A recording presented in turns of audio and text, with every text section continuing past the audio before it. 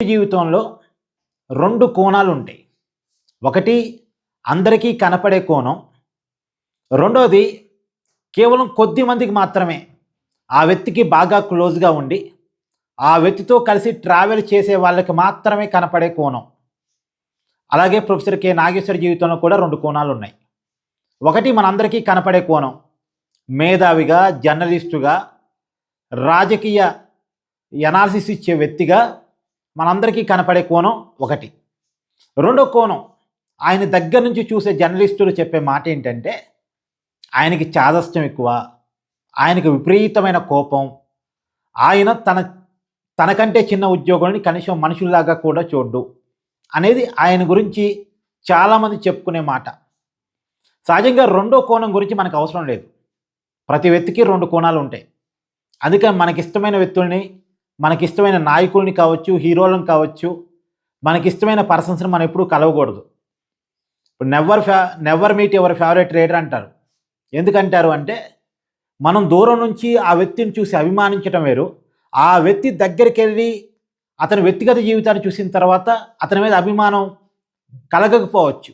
అతను ఏంది ఇలా ఉన్నాడు, అతని వ్యక్తిగత జీవితం ఏంది ఇలా ఉంది, అతను ఇంత స్వార్థపరుడా, అతని వ్యక్తిగత జీవితంలో ఇలా ఉంటాడా అని మనం అతని దగ్గరను చూసిన తర్వాత అతని మీద ఉన్న అభిమానం పోవడానికి అవకాశం ఉంటుంది. అందుకే అంటారు never meet your favourite leader అని. అలాగే నాగేశ్వర గారి జీవితంలో కూడా రెండో కోణం అనేది ఒకటి ఉంది అనేది ఆయన దగ్గర నుంచి చూసేన చాలామంది చెప్పుకునే మాట. సహజంగా ఈ రెండో కోణం గురించి మనకు అవసరం లేదు. మొదటి కోణం బాగున్నంత వరకు. మొదటి కోణం బాగోలేకపోతే రెండో కోణం కూడా చర్చకు వస్తుంది. మొదటి కోణం ఏంటి? మేధావిగా, పొలిటికల్ ఎనలిస్ట్గా రాజకీయాలని ప్రజలకు చెప్పటం. మనం ఆయన్ని మేధావిగా చూస్తాం. నిజంగా మేధావి, దాంట్లో ఏం నాకు భిన్నాభిప్రాయం లేదు. ఆయన ఎమ్మెల్సీగా పనిచేశారు, జర్నలిస్ట్గా పనిచేశారు, చాలా ఛానల్స్లో చాలా పేపర్స్కి ఆయన పనిచేశారు, తర్వాత ప్రొఫెసర్ కూడా. కాబట్టి ఆయన మంచి మేధావి, సబ్జెక్ట్ ఉన్న వ్యక్తి, సబ్జెక్టుతో ఎనాలిసిస్ చేసే వ్యక్తి.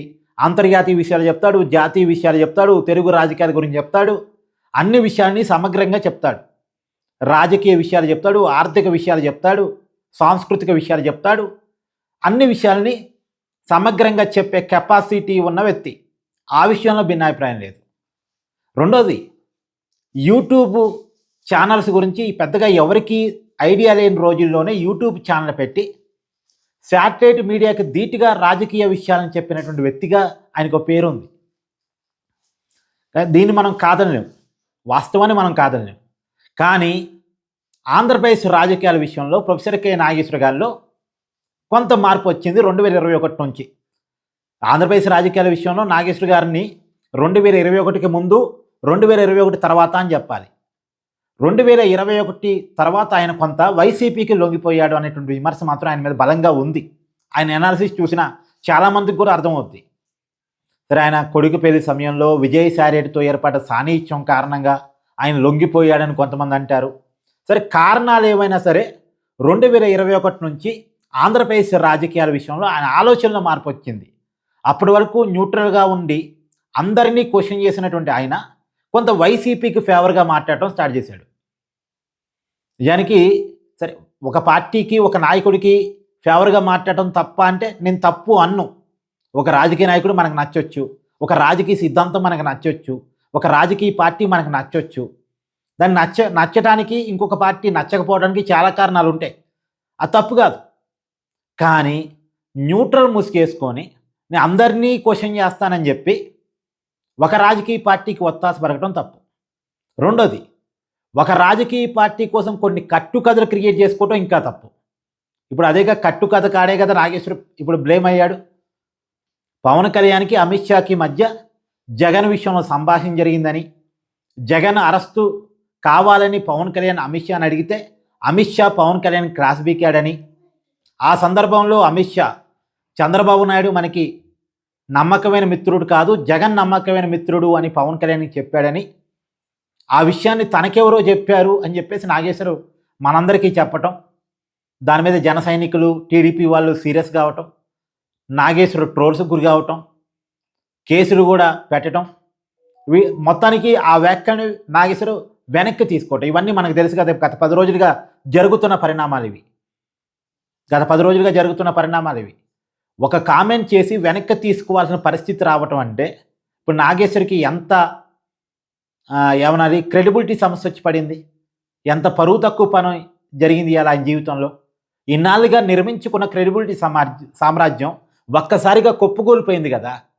సరే, ఇన్నాళ్ళు ఆయన కొద్దిగా బయాసుడు, వైసీపీకి ఫేవర్గా ఉంటున్నాడు, కూటమిని వ్యతిరేకిస్తున్నాడు అనుకున్న వాళ్ళు కూడా ఇప్పుడు ఫిక్స్ అయిపోయారు. ఇక నిజమే ఇతను జగన్తో ట్రావెల్ అవుతున్నాడు అనే విషయాన్ని ఫిక్స్ అయిపోయారు.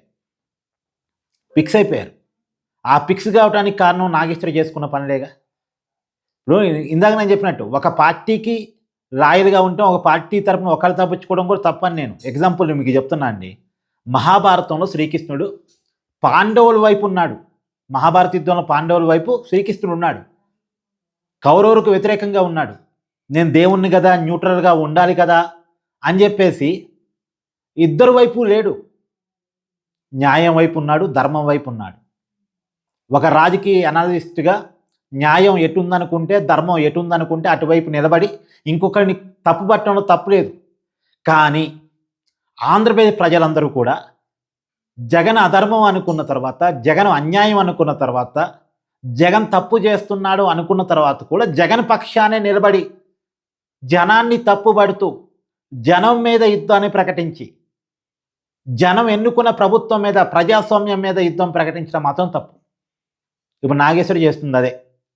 ఇప్పుడు గత ఎన్నికల సమయంలో చూడండి మీరు, 2024 ఆంధ్రప్రదేశ్ ఎన్నికల సమయంలో ప్రజల అభిప్రాయాలకి భిన్నంగా నాగేశ్వరి అనాలిసిస్ ఉండేది. జనానికి ప్రజలేమో వన్ సైడ్గా గెలిపించడానికి, కూటమిని గెలిపించడానికి, జగన్ ఓడించడానికి డిసైడ్ అయ్యారు.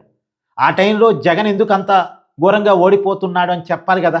అసలు జగన్ ఓడిపోతున్నాడు అని చెప్పడానికి కూడా నాగేశ్వరి ఇష్టపడలే. తగ్గా 4 ఉంటుంది అని చెప్పాడు. తగ్గా 4 ఉందా పోయినసారి election? Neck to neck fight ఉందా? కాదు కదా. వన్ సైడ్గా ఉంది కదా, కూటమి వన్ సైడ్గా గెలిచింది కదా. 164 సీట్లతో కూటమి గెలిస్తే వైసీపీ కేవలం 11 సీట్లకే పరిమితం అయిపోయింది. దీన్ని నాగేశ్వరి గమనించలేదు, గమనించినా ప్రజలకి చెప్పలేదు.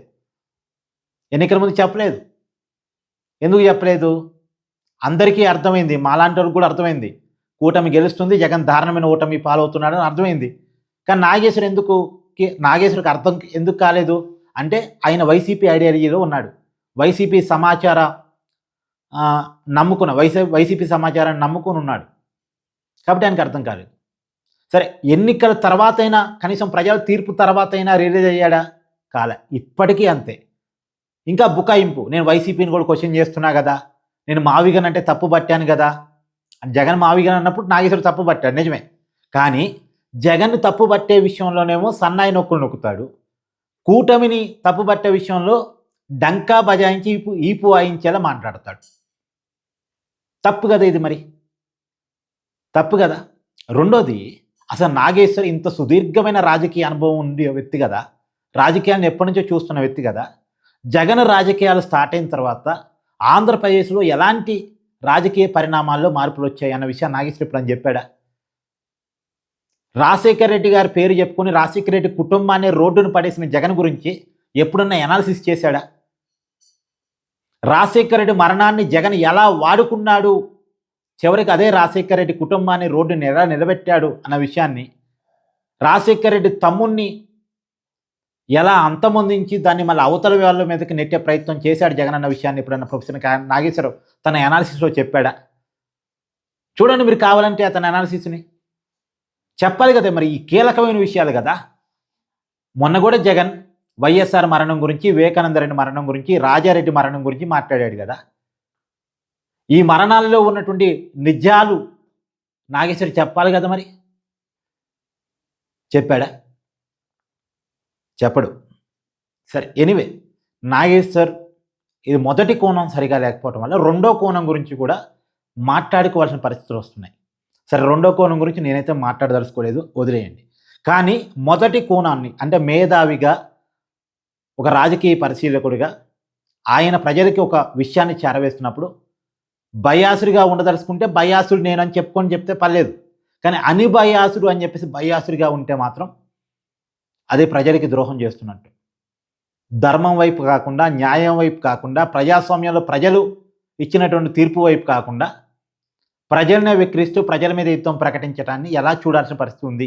దీంట్లో మీ అభిప్రాయాన్ని కూడా కామెంట్ చేయండి. Thank you.